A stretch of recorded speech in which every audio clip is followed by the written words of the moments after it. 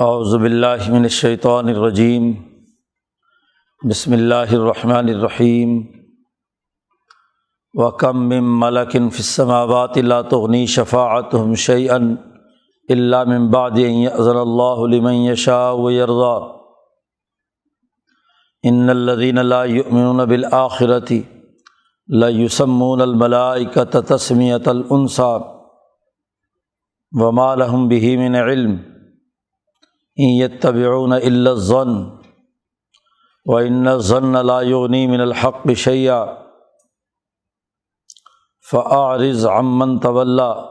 عَن ذِكْرِنَا وَلَمْ يُرِدْ إِلَّا الْحَيَاةَ الدُّنْيَا ذَلِكَ مَبْلَغُهُم مِّنَ الْعِلْمِ إِنَّ رَبَّكَ هُوَ أَعْلَمُ بِمَنْ ضَلَّ عَن سَبِيلِهِ وَهُوَ أَعْلَمُ بِمَنِ اهْتَدَىٰ وَلِلَّهِ مَا فِي السَّمَاوَاتِ وَمَا فِي الْأَرْضِ لِيَجْزِيَ الَّذِينَ أَسَاءُوا بِمَا عَمِلُوا وَيَجْزِيَ الَّذِينَ أَحْسَنُوا بِالْحُسْنَىٰ الَّذِينَ يَجْتَنِبُونَ كَبَائِرَ الْإِثْمِ وَالْفَوَاحِشَ إِلَّا اللَّمَمَ إِنَّ رَبَّكَ وَاسِعُ الْمَغْفِرَةِ هُوَ أَعْلَمُ بِكُمْ إِذْ أَنشَأَكُم مِّنَ الْأَرْضِ وَإِذْ أَنتُمْ أَجِنَّةٌ فِي بُطُونِ أُمَّهَاتِكُمْ فَلَا تُزَكُّوا أَنفُسَكُمْ هُوَ أَعْلَمُ بِمَنِ اتَّقَىٰ صدق اللہ العظیم۔ یہ سورۃ النجم کا دوسرا رکوع ہے۔ اس سورۃ مبارکہ میں اللہ نے ڈوبتے ہوئے ستاروں کی قسم اٹھا کر یہ حقیقت واضح کی تھی کہ یہ کتاب مقدس قرآن حکیم وحی یوحیٰ ہے، ایسی وحی ہے جو اللہ کی طرف سے نبی اکرم صلی اللہ علیہ وسلم پر کی گئی ہے، اور آپ صلی اللہ علیہ وسلم پر نازل ہونے والی اس تجلی کے بارے میں کہا کہ وما ينطق عن الهوى، کہ نبی اکرم صلی اللہ علیہ وسلم اسے محض اپنے خواہش نفس سے بیان نہیں کرتے، بلکہ یہ اللہ کی طرف سے نازل ہونے والا ٹھوس اور مستحکم علم، مضبوط علم ہے۔ تجلی طور کے بعد تجلی رب محمد صلی اللہ علیہ وسلم کی وضاحت کی گئی ہے کہ یہ مستقل اور مضبوط علم کی بنیاد پر گفتگو ہے، یہ محض اوہام و ظنون نہیں جیسا کہ تمہارے خیالات ہیں۔ اور یہ بات بھی واضح کر دی کہ جبرائیل جو علم لانے والے ہیں وہ طاقتور ہیں، کوئی اس میں مداخلت نہیں کر سکتا، اور ذات باری تعالیٰ کی سدرۃ المنتہا تک بھی نبی اکرم صلی اللہ علیہ وسلم تشریف لے گئے ہیں۔ تو یہاں جو علم آیا ہے وہ بالکل صحیح حقائق کائنات پر مبنی اور ٹھیک ٹھیک معلومات پر مشتمل ہے۔ اس کے مقابلے میں تمہارا معاملہ یہ ہے کہ تم نے اللہ کے ساتھ شریک ٹھہرایا ہے لات و منات کو، عزیٰ کو، اور اللہ کی بیٹیاں تم قرار دیتے ہو۔ تمہارا گمان کا یہ حال ہے کہ ان یتبعون الا الظن وما تهوی الانفس، تم گمانات کی اتباع کرتے ہو اور جو تمہارے نفس کی خواہشات ہوتی ہیں ان خواہشات کے مطابق چلتے ہو۔ ایک طرف مضبوط اور ٹھوس علم اور اس علم کے پہنچنے کا ذریعہ بالکل مضبوط، اور دوسری طرف نفسانی خواہشات اور محض گمانات، ان دونوں کا آپس میں کیا مقابلہ ہے؟ اسی تناظر میں بات چل رہی ہے کہ فرشتوں کو انہوں نے اللہ کی بیٹیاں قرار دیا ہوا تھا، اور عورتوں والے نام رکھ کر لات منات اور عزیٰ وغیرہ کے جملے اختیار کیے ہوئے تھے۔ تو قرآن حکیم نے کہا کم من ملک فی السماوات، آسمان و زمین میں کتنے ہی فرشتے ہیں کہ لا تغنی شفاعتہم شیئا، کہ وہ کسی ایک چیز کے بارے میں بھی ان کی سفارش نہیں چل سکتی۔ وہ اللہ کے سامنے شفاعت کرنا چاہیں تو از خود اپنی مرضی سے کوئی فرشتہ کوئی سفارش نہیں کر سکتا۔ تو جب کائنات میں موجود کسی فرشتے کو یہ مجال حاصل نہیں کہ وہ اللہ کے دربار میں از خود سفارش پیش کر سکے، تو تمہارے یہ پتھروں کے بت لات منات عزیٰ، ان کے بارے میں جو تمہارے توہمات اور گمانات ہیں کہ یہ اللہ کے حضور میں ہماری سفارش کر کے ہمیں کامیاب بنائیں گے۔ یہ جو تم کہتے ہو کہ ہم ان کی عبادت اس لیے کرتے ہیں کہ لیقربونا الی اللہ زلفیٰ، کہ اللہ کی قربت حاصل کریں۔ اللہ تبارک و تعالیٰ جو شہنشاہ مطلق ہے، اس نے کوئی دنیا میں ایسی آمریت کا نظام قائم کیا ہوا ہے کہ اگر اس کے فرستادوں کو کوئی پیسے ویسے دی جائیں، کوئی نظر و نیاز دی جائے، تو وہ جھوٹی سچی ہر طرح کے ظلم و ستم کی سفارش کر دیں گے۔ تو اللہ کا نظام ایسا نہیں ہے، نہ اس کے فرشتوں کو یہ مجال ہے کہ وہ کوئی سفارش کریں پیسے ویسے لے کر، یہ بغیر پیسے کے بھی ان کے اندر یہ طاقت نہیں ہے کہ ان کی خدمت کرنے کے نتیجے میں وہ تمہاری سفارش کریں گے۔ ہاں، فرشتہ اللہ کے حضور میں بات کر سکتا ہے، لیکن ایک شرط ہے کہ من بعد ان یأذن اللہ لمن یشاء ویرضی، اس کے بعد کہ اللہ تعالیٰ جس فرشتے کو حکم دے، جس کو چاہے، جس کے لیے چاہے اور جس پر راضی ہو، اسی کے حق میں فرشتہ بھی سفارش کر سکتا ہے۔ اللہ کی اجازت کے بغیر کوئی فرشتہ از خود سفارش بھی نہیں کر سکتا، اور اسی کے لیے کرے گا جس کے بارے میں اللہ چاہے گا، جس کے لیے سفارش کی جا رہی ہے۔ یہ نہیں کہ اللہ چاہے نہ کسی کے بارے میں اور فرشتہ از خود سفارشیں کرنے شروع کر دے، ایسا وہاں اللہ کے دربار میں نہیں ہے۔ اصل میں ان بیوقوف لوگوں کو یہ بات سمجھ میں نہیں آ رہی کہ اللہ تبارک و تعالیٰ نے اس کائنات میں انسان کو کچھ اس طریقے سے پیدا کیا ہے کہ ہر انسان اپنے خالق و مالک کے ساتھ براہ راست مناجات کر سکتا ہے، اللہ کے ساتھ تعلق رکھنے کی اس میں صلاحیت اور استعداد ہے۔ اپنی صلاحیت کو مسخ کر کے وہ کسی اور طاقتوں کا اعلی کار بن جائے، یہ اس کی اپنی انتخاب کی صورت ہوگی، اور یہ اسی کے لیے عذاب کا استحقاق ثابت کرے گی۔ ورنہ ہر انسان اللہ کے ساتھ براہ راست تعلق کر سکتا ہے۔ اللہ کو درمیان میں ایسے واسطوں کی ضرورت نہیں ہے کہ جو از خود مختار بن کر کسی کی سفارشی اللہ کے سامنے بنے۔ انبیاء، فرشتے اور صالحین سفارش کر سکتے ہیں، لیکن اللہ کی اجازت کے ساتھ ہوگا۔ اللہ کی اجازت کے ہٹ کر کوئی آدمی سفارش نہیں کر سکتا۔ اس وقت تو نبی اکرم صلی اللہ علیہ وسلم بھی فرماتے ہیں کہ مجھے اللہ اجازت دیں گے تو میں سفارش کروں گا، اگر اللہ اجازت نہیں دیں گے تو اس وقت تک سفارش میں بھی نہیں کر سکتا۔ تو کسی کو اللہ کے سامنے دم مارنے کی گنجائش نہیں ہے۔ تو جن فرشتوں کو تم پوجنے کی بات کرتے ہو، جن کے تم نے عورتوں والے نام رکھے ہوئے ہیں، ان کی کیا مجال ہے کہ یہ اللہ کے سامنے اس کی اجازت اور مرضی کے بغیر سفارش کر سکیں؟ اس لیے اس کی وضاحت کرتے ہوئے پیچھے کہا کہ ان ہی الا اسماء سمیتموہا،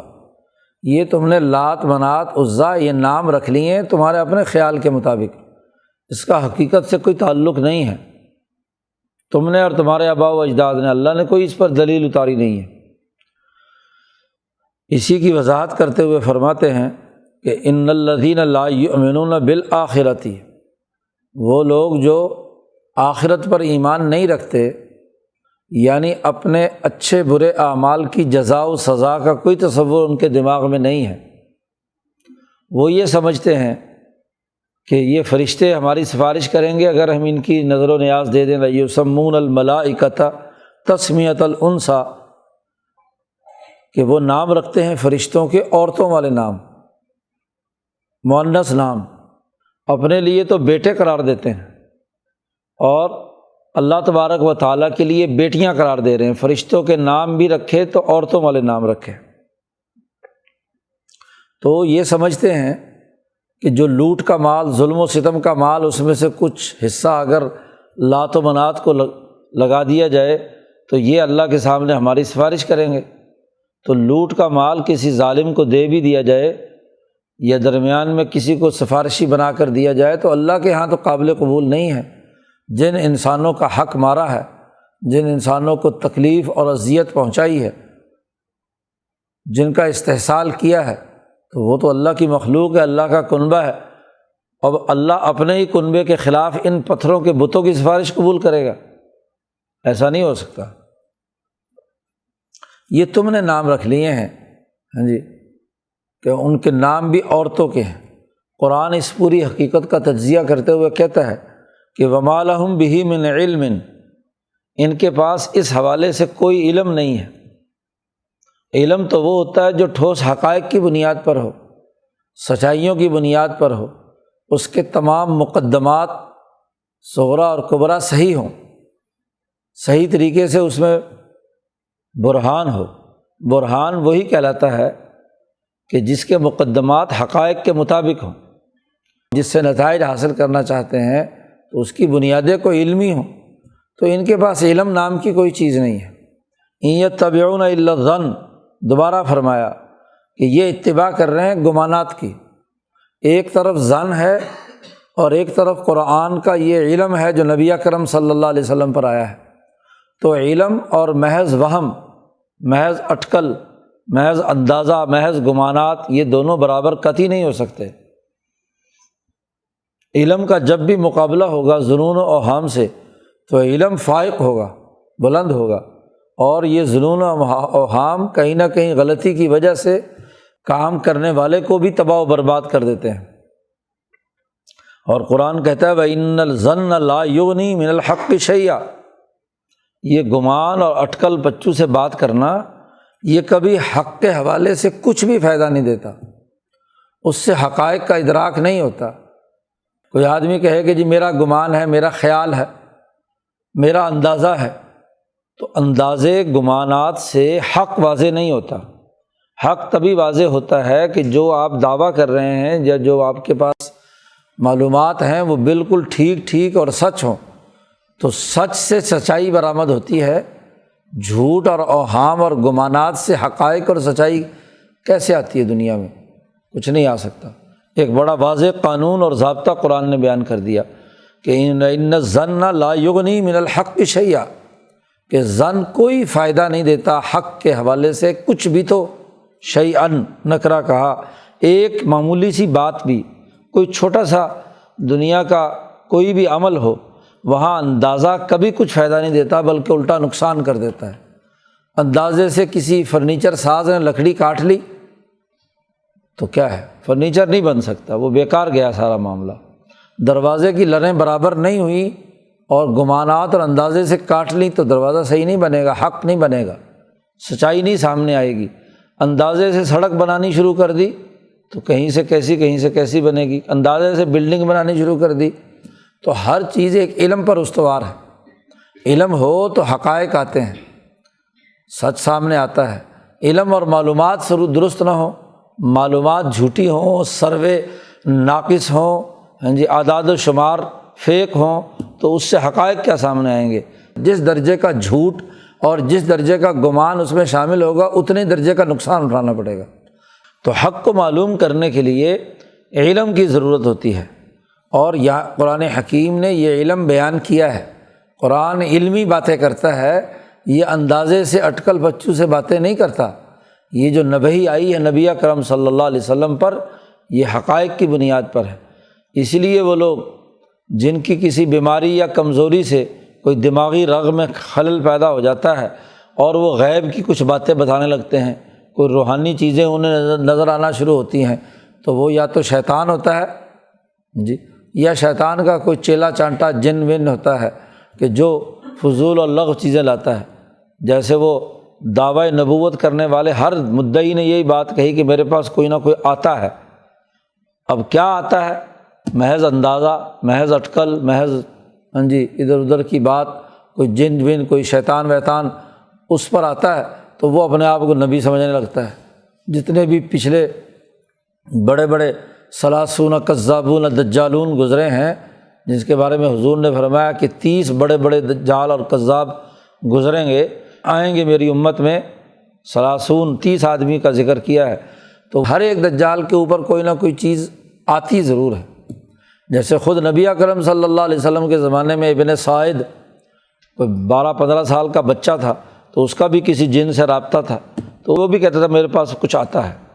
تو میں بھی رسول ہوں۔ تو حضور صلی اللہ علیہ وسلم اس کی معلومات کرنے کے لیے گئے تھے کہ کہیں یہ وہ دجال تو نہیں پیدا ہو گیا جو آخر میں آنا ہے۔ تو حضور نے فرمایا کہ نہیں، وہ ہوتا تو اس کا اور معاملہ تھا، تو اس طرح کی چیزیں آتی ہیں، لیکن ہوتا وہ شیطان ہے، محض اندازے ہیں، محض گمانات اور خیالات ہیں، وہی جو ایک آدھ بات سچی ہوتی ہے، باقی 100 جھوٹ ملا کر وہ اپنے کاہن کو بتلاتا رہتا ہے۔ تو یہ گمانات ہیں، ان کا حقائق سے کوئی تعلق نہیں۔ یہ علم ہے کتاب مقدس، وحی الہی ہے، علمہ شدید القوا، ایک طاقتور فرشتے جبرائیل نے اس کی تعلیم دی ہے نبی اکرم صلی اللہ علیہ وسلم کو، تو ان سے حقائق معلوم ہوتے ہیں۔ اب یہ پوری تفصیل بیان کرنے کے بعد اتنے حقائق کے ساتھ واضح کر دیا علم کا اور گمانات کا فرق اور امتیاز، اور ان کی بودھا پن، ان کے کمزور دلائل کا تحلیل و تجزیہ کرنے کے بعد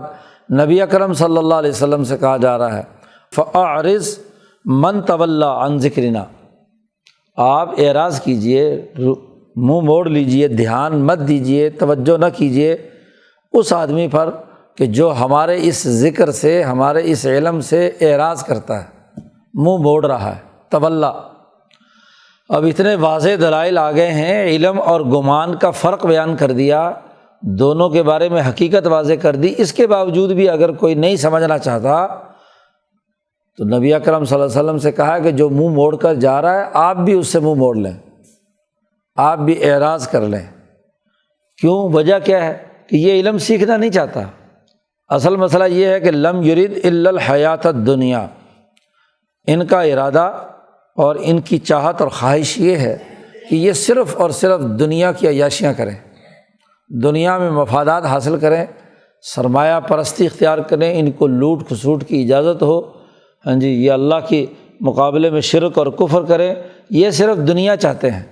آخرت میں حساب و کتاب یا وہاں صحیح نتائج حاصل کرنا ان کے پیش نظر نہیں،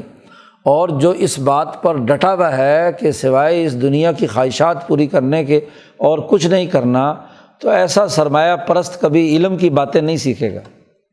کیونکہ وہ اس کے راستے کی رکاوٹ بنے گی۔ اس لیے آپ نظر انداز کیجئے، بس فَأَعْرِضْ، ان سے اعراض کر لیجئے۔ وجہ کیا ہے؟ یہ کیوں اعراض؟ ذَلِكَ مَبْلَغُهُم مِّنَ الْعِلْمِ، یہ ان کے علم کی انتہا ہے کہ وہ صرف دنیا کے دائرے سے متعلق علوم حاصل کرنا چاہتے ہیں جو دنیا میں فائدہ دیں، بس دولت اکٹھی ہو، عیاشی آئے، مفادات اٹھائیں، صرف اس مقصد کے لیے دولت، مال، جاہ پرستی، طاقت، قوت حاصل کرنا چاہتے ہیں، ان کے پیچھے صرف دنیا ہے۔ ہاں جی، یہ مستقبل کی سوچ نہیں رکھتے، یہی وسائل، یہی مال و دولت انسانیت کے مفاد کے لیے خرچ کریں گے اور اللہ کی رضا کے لیے خرچ کریں گے، تو اسی دولت سے جو اللہ کے راستے میں خرچ کی ہوئی ہوگی آخرت میں ان کے سامنے نتیجہ آئے گا۔ لیکن یہ دنیا میں مال خرچ کرنا نہیں چاہتے،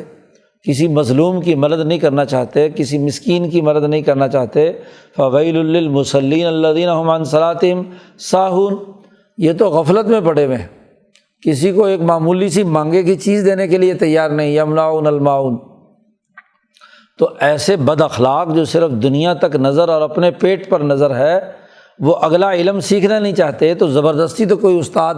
کسی کو سکھا نہیں سکتا۔ جو آدمی کسی مجلس میں آ کر سبق سننا نہیں چاہتا، علم حاصل نہیں کرنا چاہتا، وہ علم چاہتا ہی اتنا ہے کہ جس سے دنیا کی عیاشی حاصل ہو جائے، تو اس کو آپ کیا سکھائیں گے؟ اس لیے بہتر یہ ہے کہ اعراض کر لیجئے۔ ذالک مبلغہم من العلم، یہ تو ان کے علم کی انتہا ہے۔ ان ربک هو اعلم،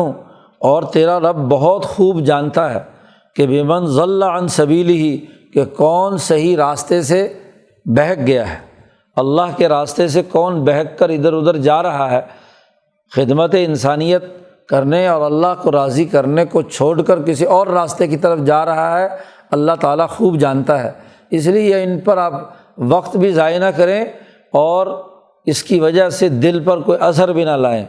ہاں جی، کہیں ان کے کہ جی یہ اسلام نہیں قبول کر رہے، حقائق نہیں قبول کر رہے، تو آپ اس کی وجہ سے دل پر کوئی افسوس کا اظہار کریں، لعلک باخع النفس کا اللہ یکونوا مؤمنین، کہ یہ مومنین نہیں ہو رہے تو آپ اپنے دل کو تکلیف پہنچائیں، تو یہ بات کرنے کی بھی ضرورت نہیں۔ جو سیکھنا نہیں چاہتا آپ بھی اس سے اعراض کر لیں۔ وَهُوَ أَعْلَمُ بِمَنِ اهْتَدَىٰ، اور اللہ یہ بھی خوب جانتا ہے کہ ان میں سے کون ہدایت یافتہ ہوگا۔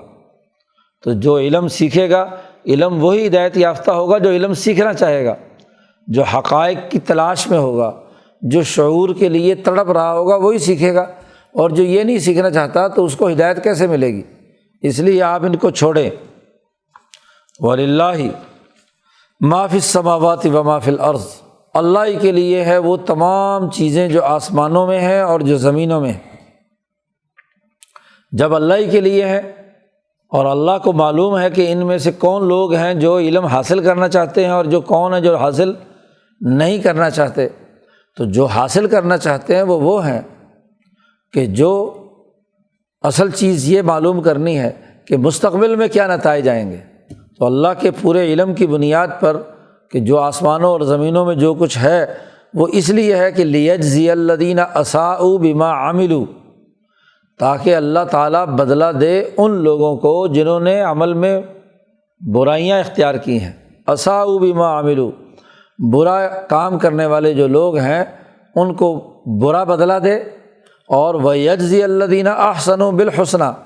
اور وہ لوگ جنہوں نے بھلائی کی اور نیکی کے کام کیے ہیں، انسانیت کی خدمت کی ہے، مسکینوں کے کام آئے ہیں، اللہ کی رضا کے لیے کام کیا ہے، اس کی عبادت کی، اس کے ساتھ کسی کو شریک نہیں ٹھہرایا، تو ان کو ویسا بدلہ دے۔ تو اصل علم کی بات یہ سمجھنا ہے کہ دنیا میں انسان بیکار نہیں آیا ہے، انسان دنیا میں جیسا عمل کرے گا ویسا نتیجہ حاصل کرے گا، جیسا کرو گے ویسا بھرو گے، تو یہ بنیادی قانون ہے۔ اور ان کے علم کا مبلغ یہ ہے کہ یہ چاہتے ہیں جو چاہے مرضی کرو اور جیسے چاہے مرضی عیاشی کرو، بس دنیا کی زندگی ہے، یہاں اگر چودراہٹ قائم ہو گئی، مال و دولت مل گیا تو کافی ہے، بس اگلی نظر نہیں ہے۔ حالانکہ دنیا میں جو بھی کام کیا جاتا ہے وہ کسی نہ کسی بدلے کے لیے کیا جاتا ہے۔ آپ جب بھی کوئی کام کرتے ہیں تو کوئی نہ کوئی اس کی جزا چاہیے ہوتی ہے، بدلہ چاہیے ہوتا ہے۔ اچھا کام کریں گے تو دنیا میں اچھا نتیجہ نکلے گا، برا کام کریں گے تو برا نتیجہ نکلے گا۔ تو بہت سے ایسے کام ہیں کہ جن کی تکمیل موت کے بعد ممکن ہوتی ہے، تو ان کے بدلے جزا و سزا اس کے لیے آخرت کا ہونا ضروری ہے، اور یہ آخرت کے منکر ہیں، اور جب آخرت کے منکر ہیں تو محض اندازوں کی بنیاد پر گفتگو کر رہے ہیں، لہذا ان کا کوئی اعتبار نہیں ہے۔ کون لوگ جن کو اچھا بدلہ ملے گا؟ الذین یجتنبون کبائر الاثم والفواحش الا اللمم، وہ لوگ جو بڑے بڑے گناہوں سے بچتے ہیں۔ کبائر الاثم، الاثم ایک مستقل اصطلاح ہے، اور حضرت امام شاہ ولی اللہ دہلوی نے قرآن حکیم اور احادیث کے مطالعے سے اسم کے جو مطالب مفہوم متعین کیے ہیں وہ بڑے جامع ہیں۔ شاہ صاحب کہتے ہیں اسم ہر وہ عمل ہے جس پر ملائے اعلیٰ کی ناراضگی پیدا ہو، جس عمل کے نتیجے میں انسان کی جو نوعی حقیقت ہے اس کو اذیت اور تکلیف پہنچے، جس عمل کے نتیجے میں ارتفاقات خراب ہوں، جس عمل کے نتیجے میں اس کے اخلاق خراب ہوں، 4 اخلاق بگڑ جائیں، 4 کمالات الہیہ سے تعلق منقطع ہو جائے، 4 ارتفاقات خراب ہو جائیں، 4 شاعر کی توہین اور اس کی اہانت ہوتی ہو، تو وہ اسم ہے۔ ایک ایسی جامع معنی تعریف ہے، وسیع دائرہ ہے اسم کا، کہ جو ارتفاقات کے دائرے سے تعلق بھی رکھتا ہے، اخلاقیات کے دائرے سے بھی تعلق رکھتا ہے، شاعر اللہ کی توہین سے بھی تعلق رکھتا ہے، اور ملائے اعلیٰ کے غضب اور لعنت سے متعلق جو امور ہیں ان سے بھی تعلق رکھتا ہے۔ تو جس کام کے نتیجے میں ملائے اعلیٰ کا غضب، فرشتوں کا غضب نازل ہو، اللہ اور اس کے پیغمبروں کا اور ان کے فرشتوں کا نازل ہو، جس کے نتیجے میں اخلاق بگڑیں، جس کے نتیجے میں ارتفاقات بگڑیں، وہ الاسم ہے۔ پھر ان الاسم کی 2 قرآن حکیم قسمیں بیان کرتا ہے۔ کبائر الاسم ہے، بڑے بڑے گناہ، اور بڑے بڑے وہ تمام گناہ ہیں جو انسانیت کے خلاف ہوتے ہیں، مثلاً قتل کرنا، زنا کرنا، کسی کی عزت سے کھیلنا، معاشی طور پر لوٹ مار کرنا، چوری ڈاکہ قتل وغیرہ، یہ تمام بڑے بڑے جرائم ہیں۔ اللہ کے ساتھ شریک ٹھہرانا، کوئی دین کے اندر نئی چیز پیدا کرنا، یعنی جن جن باتوں کے بارے میں اللہ تبارک و تعالیٰ نے لعنت، غضب، عذاب یا کسی قسم بھی سزا کا ذکر کیا ہے، وہ کبائر الاسم ہے۔ تو چھوٹے موٹے گناہ جو ہے لغزشیں، جن کو آگے کہا الا اللمم، سوائے چھوٹی چھوٹی کچھ لغزشیں، کوتاہیاں، کچھ آلودگی دونوں طرح کی ہو سکتی ہے، ہاں جی، کہ کام صحیح کر رہے تھے لیکن درمیان میں کوئی ایسی غلطی ہو گئی، بھول و چوک ہو گئی، یا کوئی ایسا چھوٹا موٹا جرم ہو گیا کہ بنیادی خرابی تو پیدا نہیں ہوئی لیکن کمی آ گئی اس کے اندر، تو وہ گناہ صغیرہ کہلاتے ہیں۔ تو احسنوا بالحسنی وہ ہیں کہ جو کبائر الاسم سے بچے رہے، والفواحش، فاحشہ کی جمع ہے بے حیائی کے کام، یعنی ہر ایسا عمل جو معاہدات کو توڑ رہا ہو، میاں بیوی کے درمیان جو معاہدہ ہے اسے توڑنا جنسی بے حیائی ہے، اور لوگوں کے مالیاتی حقوق توڑنا یہ مالیاتی بے حیائی اور خرابی ہے۔ اسی طریقے سے باقی امور بھی ہیں، سیاسی نظم و نسق کو توڑنا یہ بھی معاہدات کو توڑنا اور اس کی خلاف ورزی یہ بھی فاحشہ کے اندر شامل ہے۔ تو تمام وہ چیزیں جو انسانی اجتماعیت کو توڑنے والی ہیں، معاہدات کی خلاف ورزی ہونے والے ہیں، جو ان سے بچتے ہیں، اور جو چھوٹی موٹی لغزشیں ہو گئیں وہی ہیں صرف ان کی، تو وہ جو اس سے بچتے ہیں ان کے لیے اچھا بدلہ ہے۔ اب جن سے چھوٹے گناہ ہو گئے، لمم ہو گئے، تو ان ربک واسع المغفرہ، بے شک تیرا رب بڑا وسیع مغفرت کرنے والا ہے۔ بنیادی جو انسانیت کے امور ہیں وہ اپنا لیے، ان میں کوئی خرابی پیدا نہیں ہوئی، اللہ کا جو بنیادی حق ہے وحدانیت کا وہ تسلیم کیا ہوا ہے، شرک اور کفر سے اجتناب ہے، تو چھوٹی موٹی لغزشیں جو ہیں وہ اللہ واسع المغفرہ ہے، وسیع مغفرت کرنے والا ہے، تو وہ معاف کر دیتا ہے۔ هو اعلم بکم، پیچھے کہا تھا کہ اللہ تعالیٰ خوب جانتا ہے کہ ان میں سے کون گمراہ ہے اور کون ہدایت یافتہ ہے، اسی کی تناظر میں یہ بات کہی کہ هو اعلم بکم، اللہ تعالیٰ تمہیں اچھی طرح جانتا ہے، اذ انشأکم من الارض، جب تمہیں زمین سے پیدا کیا تھا اس وقت سے تمہیں جانتا ہے، تمہارا ابھی جین بنا تھا، تمہارے ماں باپ کے یہاں نطفہ بنا تھا، زمین سے جو غذا تمہارے ماں باپ نے کھائی تھی اور اس سے تمہارا جسم بننا شروع ہوا تھا، اللہ میاں اس وقت سے جانتا ہے۔ انشأکم من الارض، اور وَإِذْ أَنْتُمْ أَجِنَّةٌ، اس کے بعد کا مرحلہ یہ ہے کہ تم اپنی ماؤں کے پیٹ میں 9 مہینے رہے، ماں کے پیٹ میں آنے سے پہلے جب زمین سے تمہارا مواد وجود میں آیا تو اس وقت سے تمہیں جانتا ہے کہ تمہاری ساخت، تمہاری جبلت، تمہارا جو حیوانیت اور ملکیت ہے وہ کس درجے کی ہے۔ تو زمین سے جب تم پیدا ہوئے تھے، اگایا گیا تھا تمہارا وجود، تو اس وقت سے اللہ تعالیٰ تمہیں جانتا ہے، اور اس وقت سے جانتا ہے کہ اذ انتم اجنۃ فی بطون امہاتکم، تم اپنی ماؤں کے پیٹ میں جنین تھے۔ جنین وہ بچہ جو نظروں سے اوجھل ہے ماں کے پیٹ میں، لیکن ماں کو اس کی دھڑکن، اس کی حرکتیں، ہر چیز معلوم ہو رہی ہوتی ہے، تو وہ جنین جو ابھی مکمل بچہ نہیں ہوا لیکن بچے کے مشابہ یعنی تم تھے جب ماں کے پیٹ میں 9 مہینے رہے، اس وقت سے جانتا ہے کہ تمہاری ساخت کیا ہے، کیونکہ وہیں پر یہ فرشتے نے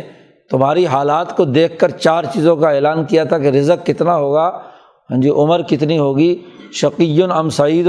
شقی ہوگا یا سعید ہوگا، تو ان باتوں کا اعلان تو فرشتے نے تمہارے وجود کو اسی وقت دیکھ کر کر دیا تھا۔ تو اللہ تعالیٰ کو تو تمہارا پورا علم ہے، اس لیے فلا تزکوا انفسکم، اپنے آپ کی خوبیاں مت بیان کیا کرو، اپنے آپ کو پاک اور پوتر مت سمجھو، لا تزکوا انفسکم، اپنی تعریفوں کے پل باندھو کہ میں اتنا نیک ہوں، میں اتنا اچھا ہوں، میں اتنا عمدہ ہوں، میں فلاں ہوں، میرے اندر یہ صلاحیت ہے، میرے اندر ہاں جی نسبی شرافت ہے، میرے اندر حسبی شرافت ہے، اور فلاں ہے اور فلاں ہے۔ تو یہ اپنے آپ کی تعریفیں کرنا، خود یہ اپنے منہ میاں مٹھو بننا، یہ کوئی اچھی بات نہیں ہے۔ ہمیں تمہارا خوب علم ہے، اور اس وقت سے علم ہے جب تمہارا ابھی وجود بھی نہیں ہوا تھا۔ انشأکم من الارض، تمہیں پیدا کرنے لگے تھے زمین سے، اور جب تم ابھی اپنی ماؤں کے پیٹ میں تھے اس وقت سے ہمیں علم ہے، اس لیے فلا تزکوا انفسکم هو اعلم بمن اتقى، وہ خوب جانتا ہے اس کو جو متقی ہے، تقوی اختیار کرنے والا، ڈر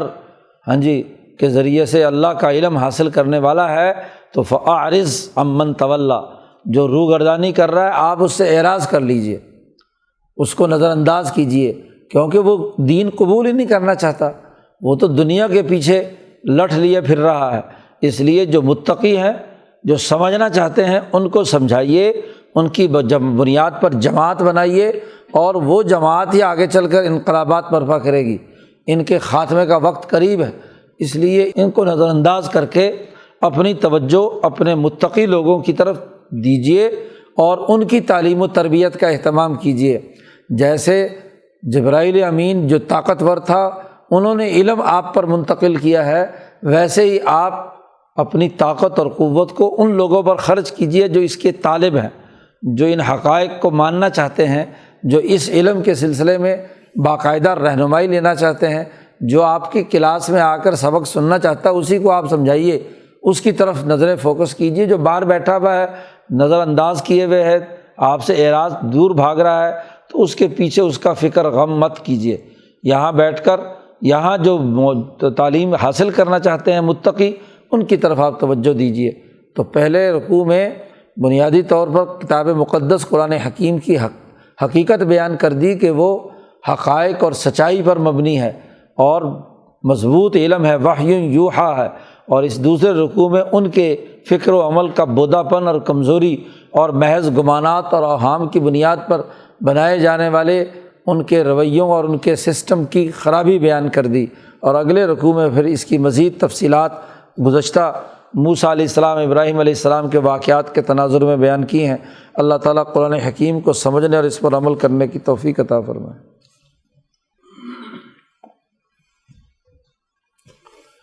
اللہ